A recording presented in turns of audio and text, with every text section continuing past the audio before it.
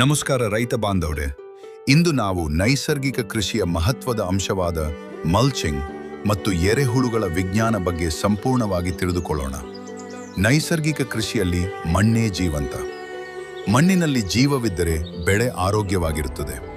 ಆ ಜೀವವನ್ನು ಉಳಿಸುವ ಎರಡು ದೊಡ್ಡ ಶಕ್ತಿ ಆಚ್ಛಾದನೆ, ಎರೆಹುಳುಗಳು. ಒಂದು, ಆಚ್ಛಾದನೆ ಯಾಕೆ ಅಗತ್ಯ?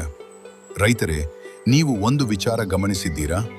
ಕಾಡಿನಲ್ಲಿ ಯಾರೂ ಗೊಬ್ಬರ ಹಾಕುವುದಿಲ್ಲ, ನೀರು ಹಾಕುವುದಿಲ್ಲ, ಆದರೂ ಮರಗಳು ಹಸಿರಾಗಿರುತ್ತವೆ. ಯಾಕೆ ಗೊತ್ತಾ? ಅದು ಆಚ್ಛಾದನೆ ಕಾರಣ. ಮರಗಳಿಂದ ಬೀಳುವ ಎಲೆಗಳು, ಕೊಂಬೆಗಳು, ಹುಲ್ಲು ಇವು ಮಣ್ಣಿನ ಮೇಲ್ಭಾಗವನ್ನು ಮುಚ್ಚಿರುತ್ತವೆ. ಇದರಿಂದ ಮಣ್ಣು ನೇರ ಸೂರ್ಯಕಿರಣಕ್ಕೆ ಬರುವುದಿಲ್ಲ. ಮಣ್ಣಿನ ತೇವಾಂಶ ಉಳಿಯುತ್ತದೆ. ಸೂಕ್ಷ್ಮ ಜೀವಿಗಳು ಬದುಕುತ್ತವೆ. ಮಣ್ಣು ಒಣಗುವುದಿಲ್ಲ. ನಿಮ್ಮ ಹೊಲದಲ್ಲೂ ಇದೇ ಕ್ರಮ ಅನುಸರಿಸಿದರೆ ಮಣ್ಣು ಸತ್ತು ಹೋಗುವುದಿಲ್ಲ, ಜೀವಂತವಾಗಿರುತ್ತದೆ. 2. ಎರೆಹುಳುಗಳ ಮಹತ್ವ. ಎರೆಹುಳುಗಳನ್ನು ನಾವು ರೈತನ ಸ್ನೇಹಿತ ಎಂದು ಕರೆಯುತ್ತೇವೆ. ಏಕೆಂದರೆ ಮಣ್ಣನ್ನು ಒಡೆಯುತ್ತವೆ, ಮಣ್ಣಿಗೆ ಗಾಳಿಯ ಪ್ರವೇಶ ಮಾಡಿಸುತ್ತವೆ, ನೀರು ಒಳಗೆ ಹೋಗಲು ದಾರಿಗಳನ್ನು ಸೃಷ್ಟಿಸುತ್ತವೆ. ತಮ್ಮ ಲದ ಮೂಲಕ ಅತ್ಯುತ್ತಮ ಗೊಬ್ಬರ ಕೊಡುತ್ತವೆ. 1.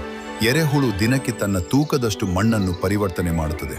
ಅದರರ್ಥ ನಿಮ್ಮ ಹೊಲದಲ್ಲಿ ಎರೆಹುಳುಗಳು ಹೆಚ್ಚು ಇದ್ದರೆ ನಿಮ್ಮ ಮಣ್ಣು ತುಂಬಾ ಆರೋಗ್ಯಕರವಾಗಿದೆ. 3.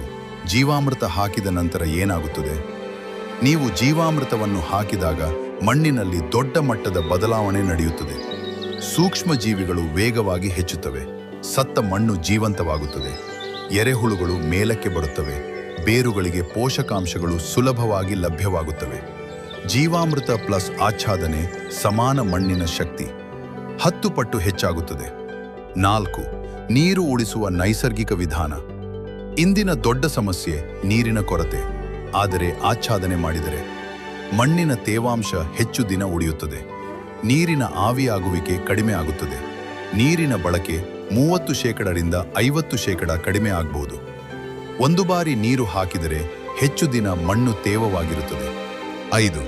ಕಳೆ ನಿಯಂತ್ರಣದ ಗುಪ್ತ ವಿಜ್ಞಾನ. ಹೆಚ್ಚಿನ ರೈತರಿಗೆ ಕಳೆ ಸಮಸ್ಯೆ ದೊಡ್ಡ ತಲೆನೋವು. ಆದರೆ ಆಚ್ಛಾದನೆ ಮಾಡಿದರೆ ಕಳೆ ಬೆಳೆಯಲು ಬೆಳಕು ಸಿಗುವುದಿಲ್ಲ. ಕಳೆ ಸ್ವಾಭಾವಿಕವಾಗಿ ಕಡಿಮೆಯಾಗ್ತದೆ. ಕಳೆ ತೆಗೆದ ವೆಚ್ಚ ಕಡಿಮೆ ಆಗ್ತದೆ. ಇದನ್ನೇ ನೈಸರ್ಗಿಕ ಕಳೆ ನಿಯಂತ್ರಣ ಎನ್ನುತ್ತಾರೆ.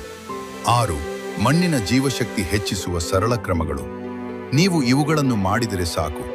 ಹೊಲದಲ್ಲಿ ಒಣಹುಲ್ಲು, ಎಲೆಗಳನ್ನು ಬಿಡಿ ಮಣ್ಣನ್ನು ಬತ್ತಲು ಬಿಡಬೇಡಿ. ಜೀವಾಮೃತವನ್ನು ನಿಯಮಿತವಾಗಿ ಹಾಕಿ. ರಾಸಾಯನಿಕ ಬಳಕೆ ಕಡಿಮೆ ಮಾಡಿ 2 ರಿಂದ 3 ತಿಂಗಳಲ್ಲಿ ನೀವು ಬದಲಾವಣೆಯನ್ನು ನೋಡುತ್ತೀರಿ. ಮುಖ್ಯವಾಗಿ ಗಮನಿಸಬೇಕಾದುದು ರಾಸಾಯನಿಕ ಕೃಷಿಯಲ್ಲಿ ಎರೆಹುಳುಗಳು ಸತ್ತು ಹೋಗುತ್ತವೆ, ಮಣ್ಣು ಗಟ್ಟಿಯಾಗುತ್ತದೆ, ನೀರಿನ ಅವಶ್ಯಕತೆ ಹೆಚ್ಚುತ್ತದೆ. ಆದರೆ ನೈಸರ್ಗಿಕ ಕೃಷಿಯಲ್ಲಿ ಮಣ್ಣು ಸಡಿಲವಾಗುತ್ತದೆ, ಜೀವಶಕ್ತಿ ಹೆಚ್ಚುತ್ತದೆ, ಬೆಳೆ ಆರೋಗ್ಯವಾಗುತ್ತದೆ. ಇದೇ ನಿಜವಾದ ಕೃಷಿ ವಿಜ್ಞಾನ. ಸಮಾಪನೆ. ರೈತರೇ, ಆಚ್ಛಾದನೆ ಮತ್ತು ಎರೆಹುಳುಗಳ ವಿಜ್ಞಾನವನ್ನು ಅರ್ಥ ಮಾಡಿಕೊಂಡ್ರೆ ನಿಮ್ಮ ಮಣ್ಣಿನ ಭವಿಷ್ಯ ಸಂಪೂರ್ಣವಾಗಿ ಬದಲಾಗುತ್ತದೆ.